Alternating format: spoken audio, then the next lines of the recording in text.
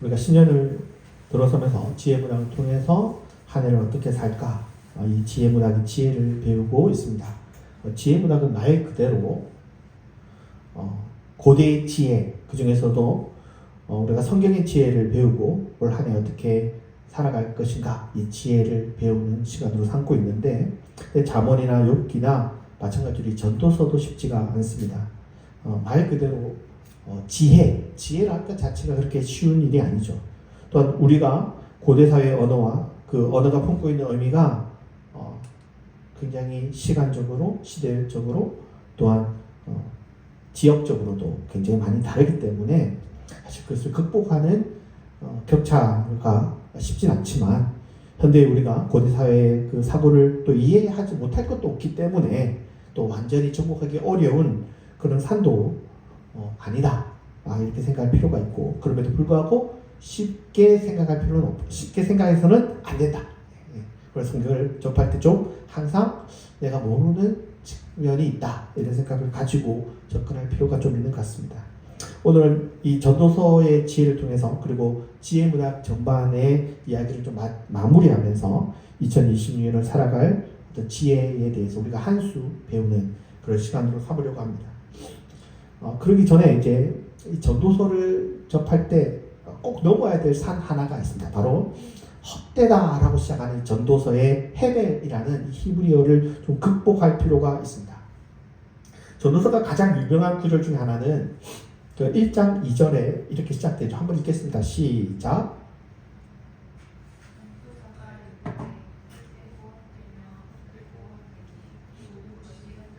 예, 이거 굉장히 유명한 구절이죠. 히브리어로 하벨, 하발림, 아마르코, 헤렐렛, 하벨, 하발림, 하콜, 하벨이라고 해서 이 헛되다라고 하는 이 헤벨, 하벨이라는 단어가 거의 5번이나 나옵니다. 말하는 뭐 복수형으로처럼 이렇게 나오기도 하고요. 근데 우리 성경 외에도 외국 성경은 이 단어를 좀 다르게 좀 번역하는 경우들이 많습니다. 첫째로 우리가 이 단어에 대한 번역을 좀 보면요, 이해할 수 없는, 말이 안 되는 이라는 의미의 오늘날의 어떤 불합리, 부조리 이란 의미로 번역되기도 하고요. 그러니까 부조리요다 뭐 이렇게도 번역되고요. 또 어떤 경우는 쓸데없는, 소용없는, 부가치한 이렇게 번역되기도 합니다. 그리고 세 번째로 공허한, 텅 빈, 좀 더 확장해서 뭐 무의미한 이런 의미로 이렇게 번역되기도 합니다. 우리 번역은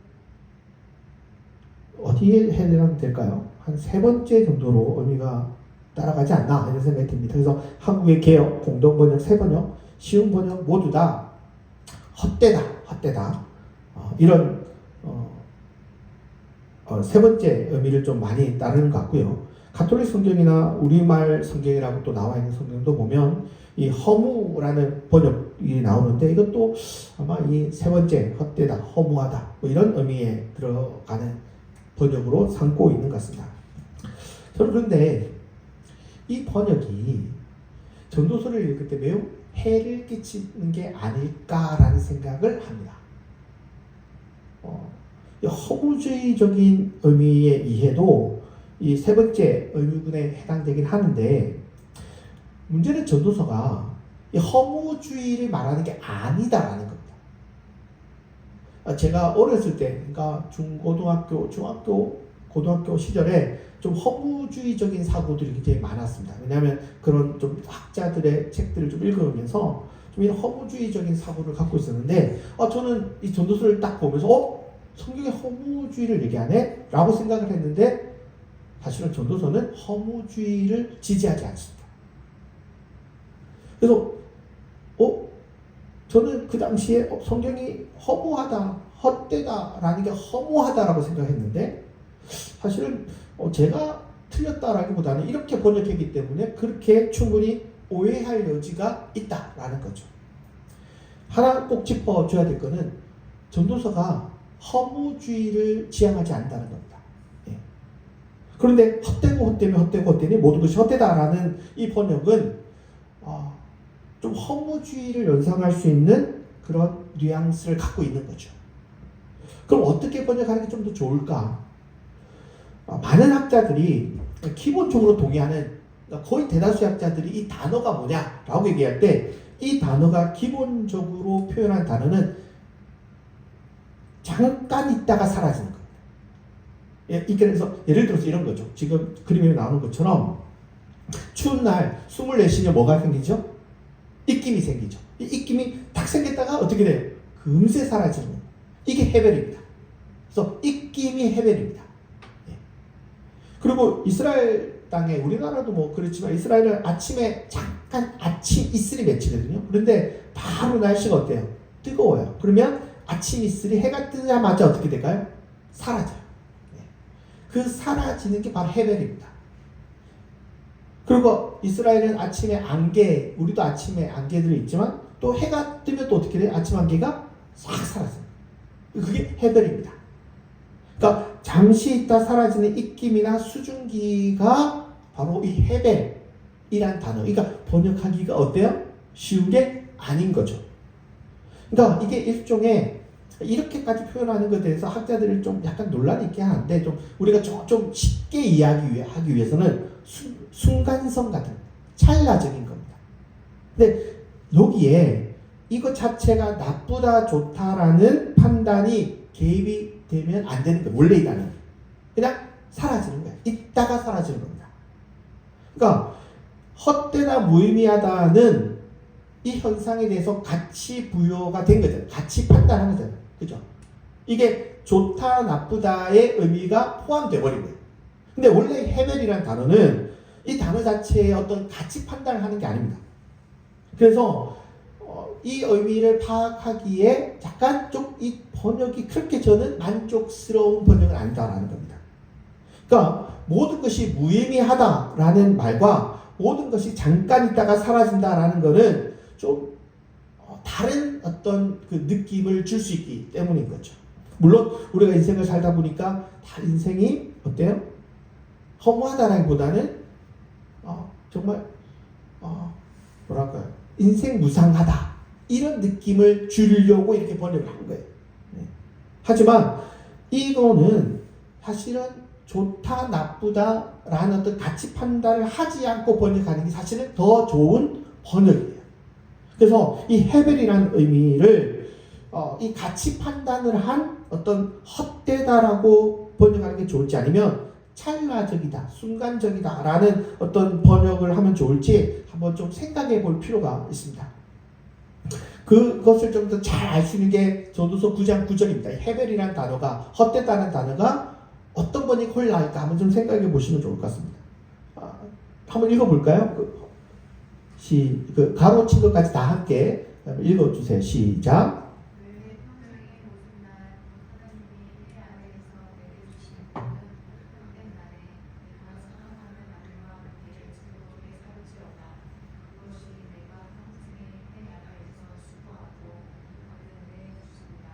자, 지금 우리 번역에 헛된이라고 이렇게 번역이 된 이것을 공란으로 한번 생각해 보시고 위에 본문을 읽으면 헛된 인생에 내게 주어진 날에 아내와 행복하게 살아라 뭐 이런 번역이 되는 거죠. 그래서 저는 이 번역을 읽을 때 이렇게 이해했을 때 헛된데 뭘 그렇게 또 아내하고 행복하게 살아라 뭐 아니면 뭐 이렇게 평생에 뭐 이렇게 살아라 이렇게 얘기를 하나 좀 이해가 좀 잘 안 됐습니다. 그런데 이거를요 찰나라든지 아니면 짧은이라고 그 가로에 집어넣으면 이 헛된이라는 단어를 번역하지 않고 짧은 인생이라고 한다면 한번 거기에 짧은이라고 해서 넣어서 한번 다시 바꿔서 한번 읽어보실래요? 시작.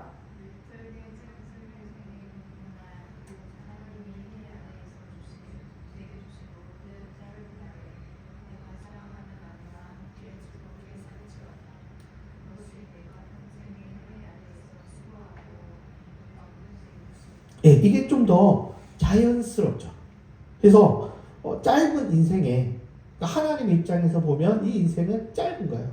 짧은 인생에 내게 주어진 그 짧은 날에 아내와 행복하게 살아라 라는 말로 번역해 보면 어떤 표현이 좀 더 잘 이해가 되는 표현일까 충분히 이해할 수 있습니다. 그래서 제가 생각할 때는 이 짧은이나 아니면 그 긴 하나님의 시간에서 보면 인간의 인생이라는 것은 어떤 찰나에 가깝거든요. 순간에 가깝기 때문에 이러한 표현이 더 본문에 어울리고 이해하기 편하지 않나 이런 생각을 좀 합니다. 그러니까 하나님이 헛된 인생에 내 아내가 잘 먹고 잘 살아라 이런 말을 하면 오히려 좀 더 이상한 표현이지 않나 이런 생각을 좀 하게 됩니다. 그래서 짧은 인생이니까 그 짧은 인생에 지금 이 순간에 집중하고 이 순간에 행복하게 살아라 라는 말이 훨씬 더 이 본문이 말하고 있는 의도를 명확하게 이해할 수가 있는 거죠. 최근에 그 지혜문학을 전공한 학자들이 좀 이렇게 많이 이렇게 한국에 오시고 공부하고 오시는데요. 그 중에서도 가장 핫한 교수님 중에 그 송민원 교수님이라고 있습니다. 굉장히 언어를 많이 하시고요. 요즘 가장 핫한 학자인데요. 이분이 쓰신 더 바이블 전도서라는 책에 보면 1장 2절 이렇게 번역했습니다. 그러니까 헛되고 헛되면 헛되고 모든 것이 헛되도다를 이렇게 번역했는데요. 잠깐 있다 사라지는 것들이다.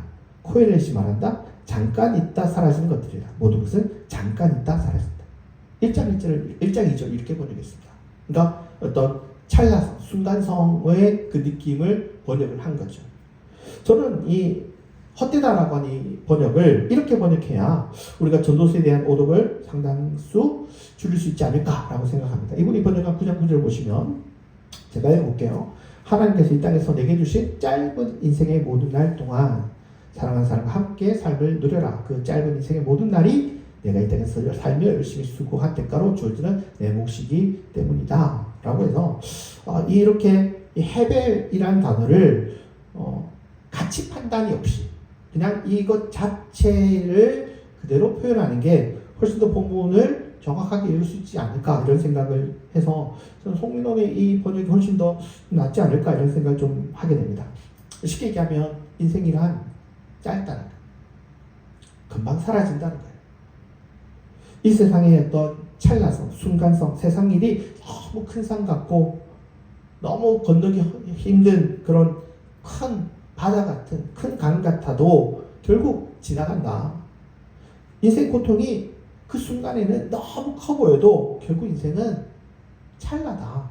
이런 의미를 보여주는 거예요. 물론 그 고통 속에 있는 사람이 그 인생이 그 고통이 금방이야 라고 되물을 수 있겠지만 오히려 이 전도서는 그 넓은 인생의 시각에서 좀 이런 삶을 표현하고 있는 겁니다. 그래서 우리가 너무 많은 해석이 가미된 그 헛되다라는 의미보다는 이 헤벨의 찰나성 이것만 우리가 좀 이해해가도 전도서가 얘기하는 그 성경의 지혜에 대해서 우리가 좀 더 한 발 다가갈 수 있지 않을까 이런 생각을 좀 하게 됩니다.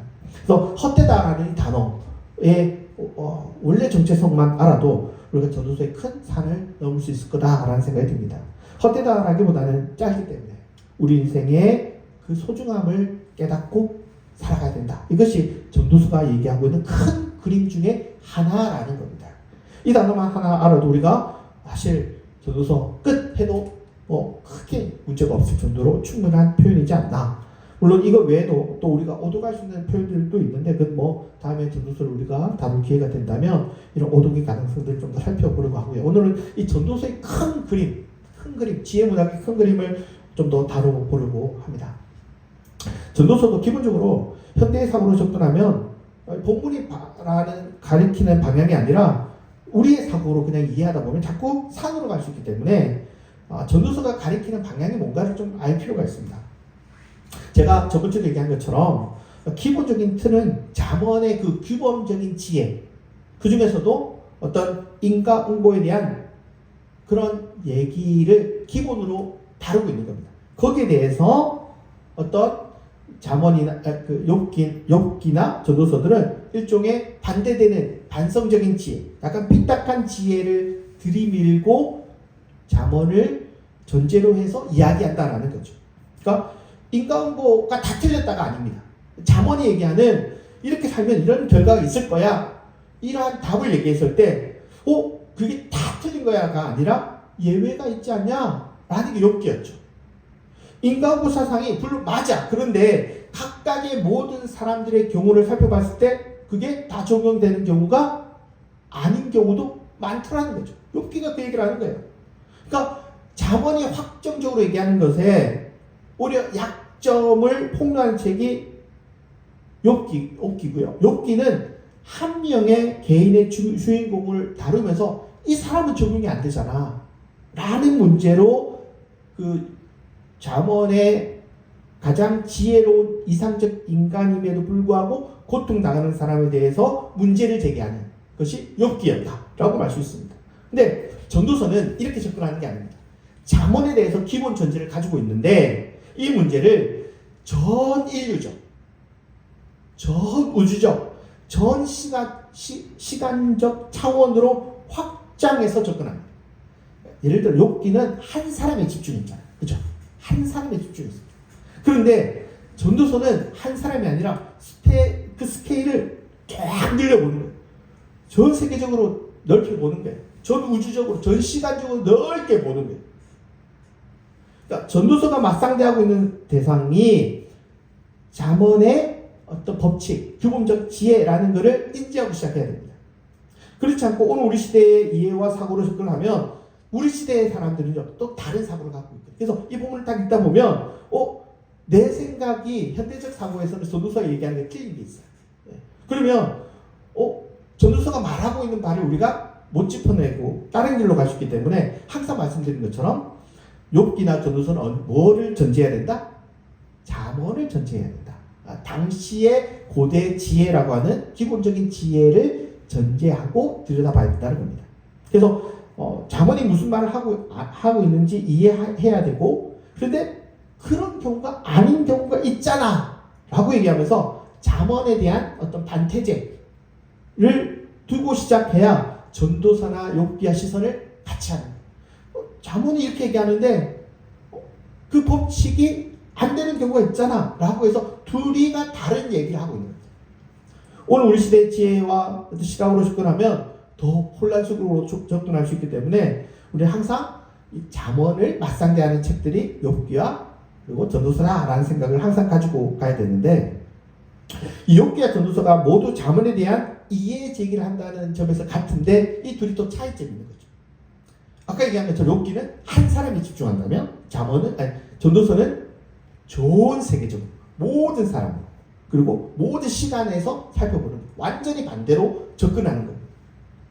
욥기는 잠언의 지식에 대해서 인간의 삶에 있어서 어떤 공간적인 측면에 인간이 갖고 있는 어떤 공간적인 측면에 한계가 있다라고 얘기합니다.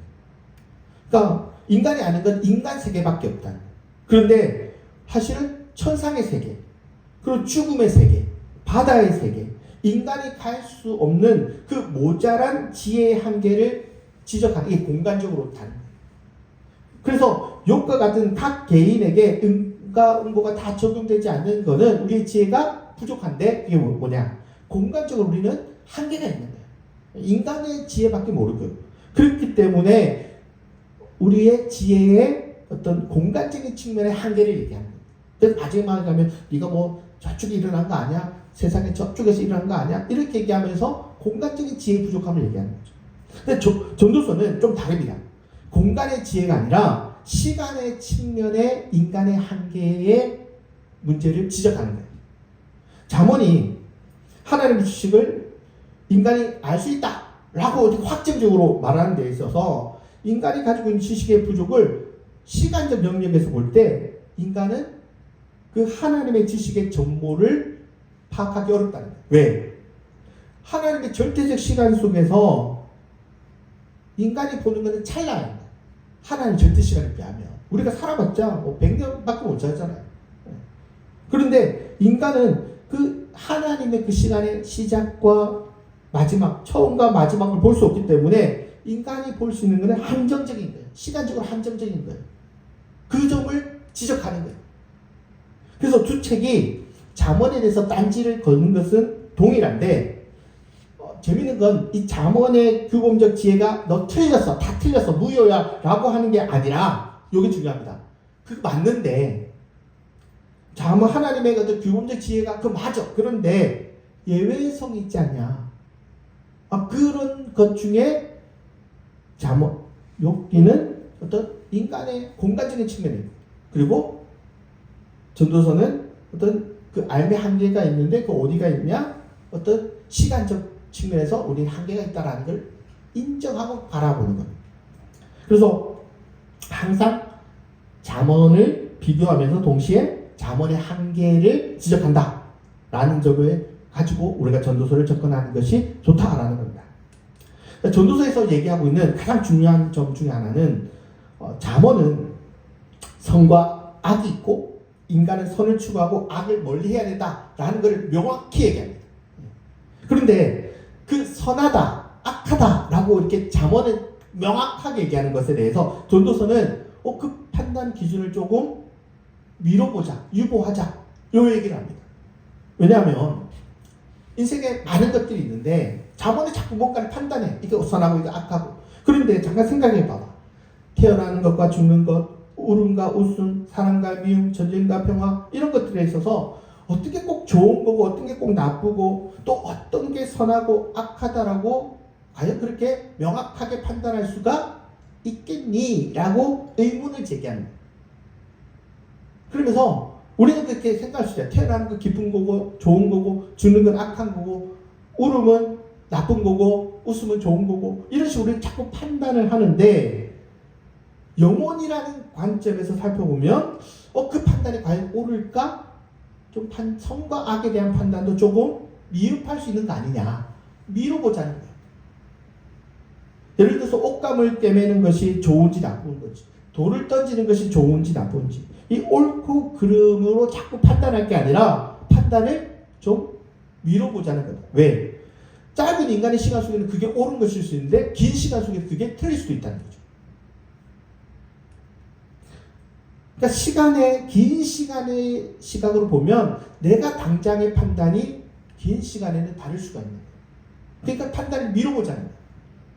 인간의 이해와는 달리 하나님의 때를 따라 움직이는 그 시간을 보면 그 모든 때가 아름답지 않은 것이 언제 있더냐 이런 시각으로 바라봅니다. 사람의 죽음이 슬프죠. 근데 죽음이 항상 나쁘다라고만 말할 수가 없는 거예요. 긴 시간의 견제에서 보면 그 죽음이 얼마든지 다르게 판단될 수 있기 때문에 우리 인생에 있는 다양한 선악에 대한 판단을 조금 미뤄보자는 거예요. 선과 악이 다 구분하지 말자 이게 아니라 좀 더 길고 넓은 시각에서 우리의 판단이 확정적으로 얘기할 수 있는 게 틀릴 수도 있지 않겠냐라는 새로운 좀 넓은 시각을 얘기하고 있는 거예요. 그래서 이거는 꼭 한번 짚고 넘어가야 돼요.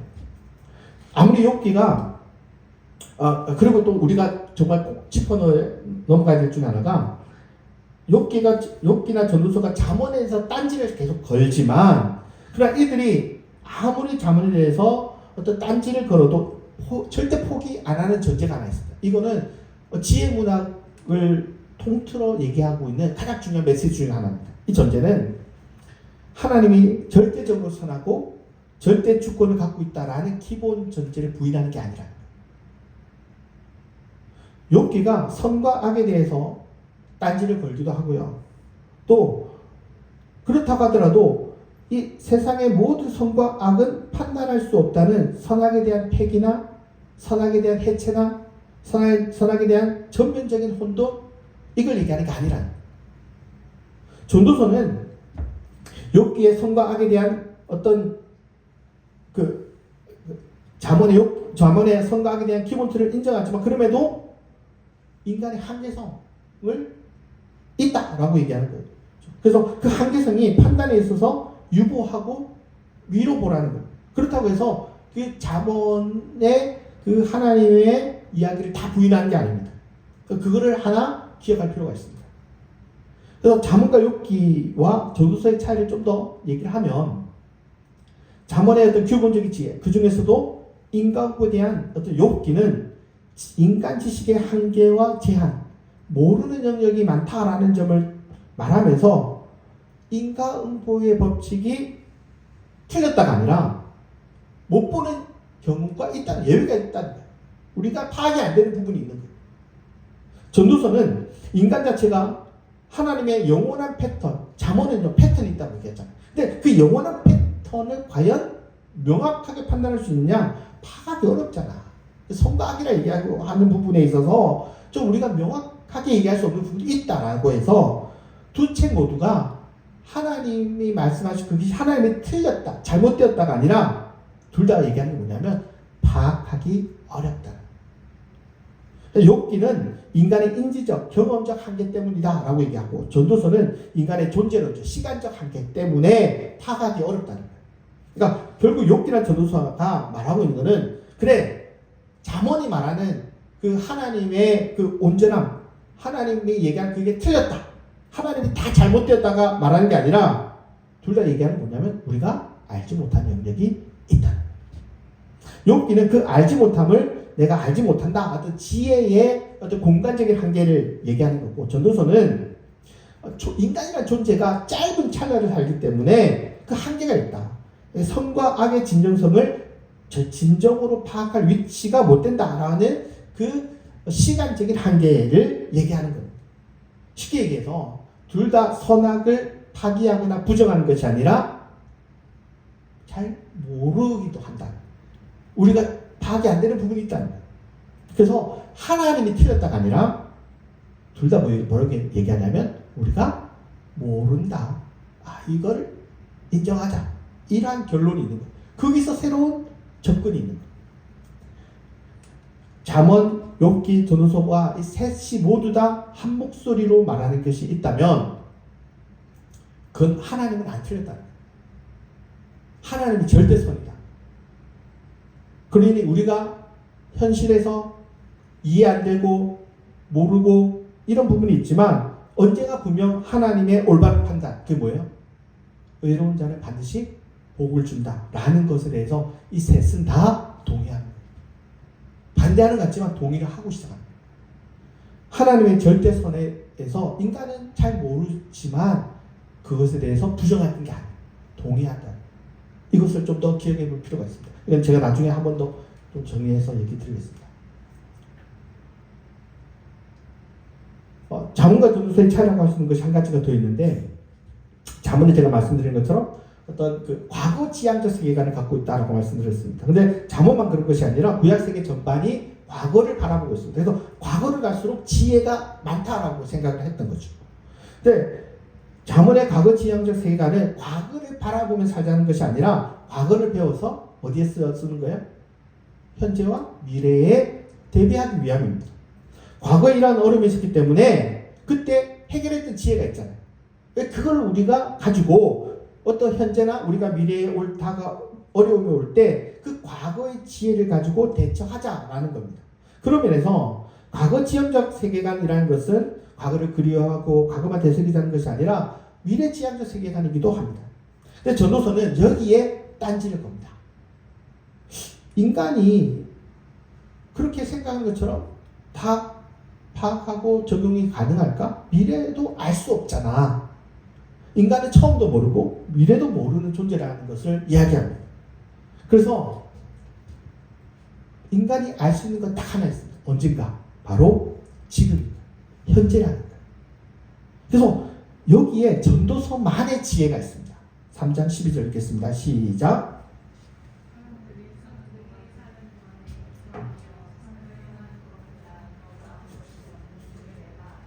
내가 바로 사는 동안, 베하야부라는 단어가 굉장히 중요한데, 이 단어는요, 그가 사는 동안에, 그의 삶 속에, 그의 생애 동안에 살아있는 그 순간에 뭐하자? 집중하자.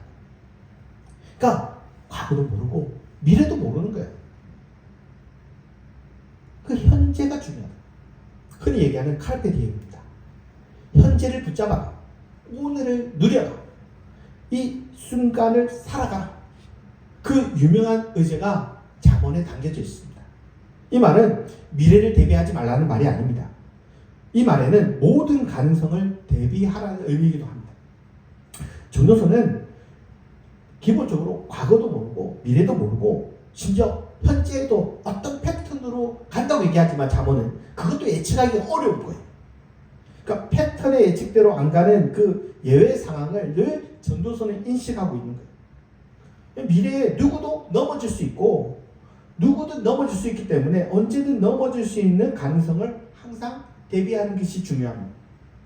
그러면서 뒤에 일어날 일도 할 수 없고 예측할 수 없는 미래를 준비하는 것조차도 불가능한다면 우리의 관심, 우리가 정말 집중해야 될 것은 오히려 미래보다는 뭐냐?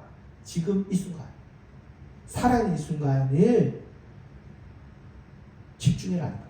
그게 전도서의 가장 핵심입니다. 그래서 우리가 마주할 전도서의 핵심의 구절이라고 생각한다면 오늘 우리가 읽었던 9장 9절인데요. 헛된이라기보다는 짧은이라고 번역해서 한번 읽어보시기 바랍니다. 시작.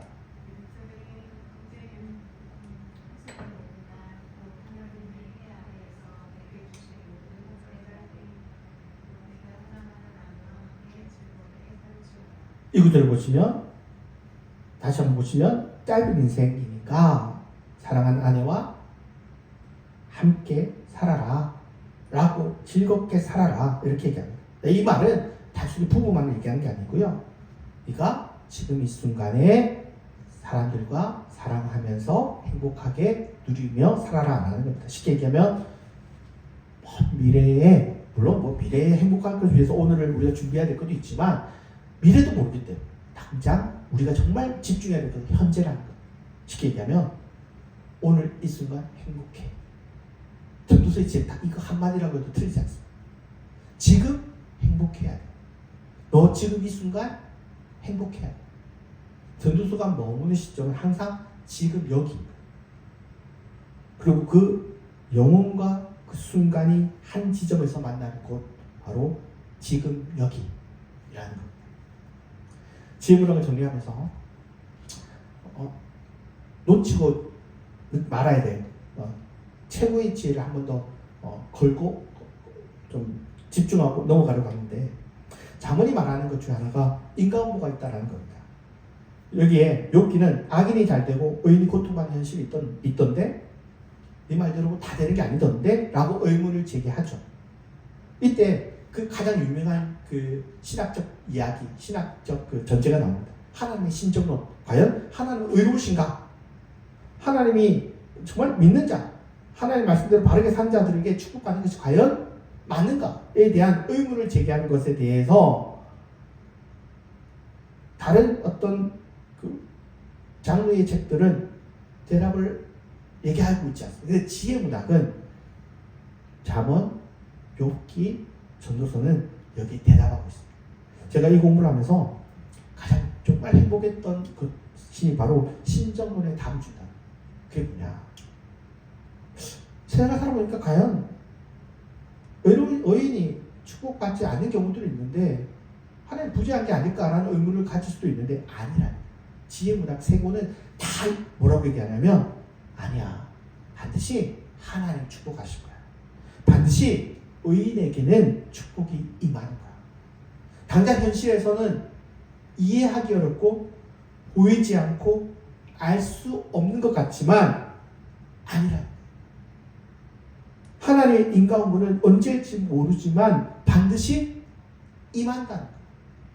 전도서처럼 당장 우리의 짧은 인생사에서는 모를 수 있을지 모르지만 아니라 긴 시간 하나님의 그 영혼의 시간에서 본다면 반드시 그 의로운 자, 믿는 자에게 하나님의 복은 반드시 임한다. 그러니까 우리의 인간의 그 짧은 지혜로 헤아리기 어려운 점이 있다 손 치더라도 하나님의 정의, 하나님의 의로우심은 반드시 증명된다. 라는 대답을 이 세 권은 함께하고 있습니다. 그러니까 우리의 믿음, 우리의 신앙이 절대 현실에서 답하기 어렵고 보이지 않는다고 할지라도 무너질 필요가 없는 거예요. 왜? 언젠가 하나님이 대답하시는 거예요. 지혜문학을 통해서 이 신정론의 답을 우리가 얻을 수 있지 않나 이런 생각을 가졌기 때문에 이 문제를 꼭 놓치지 않았으면 좋겠다라는 생각을 합니다. 우리가 이 신정론을 어떻게 살 것인가에 대해서 구약 지혜를 좀 살펴봤습니다. 잠언은 이렇게 얘기합니다. 이 세상에 하나님의 규칙이 있다. 그러니까 하나님의 규칙대로 살아라. 바르게 살아라. 그럼 반드시 그 사람에게 복을 주신다. 욥기는 이렇게 얘기합니다. 우리가 알지 못하는 지혜가 예외가 있다. 그러니까 그 예외성을 인정하고 함부로 판단하지 말고 열려진 자세로 살아가라. 전도서의 지혜는 이렇게 이야기합니다. 앞도 모르고 미래도 알 수 없다. 우리가 정말 알 수 있는 곳 딱 한 곳. 바로 지금 여기에서 너희들 행복해야 돼요. 26년에 이 지혜를 놓치지 마시기 바랍니다. 이 행복의 지혜를 놓치지 마시기 바랍니다. 바로 지금 여기 그 행복을 놓치지 않는 지혜의 삶을 26년에 살아가시기를 간절히 바라겠습니다. 기도하시겠습니다.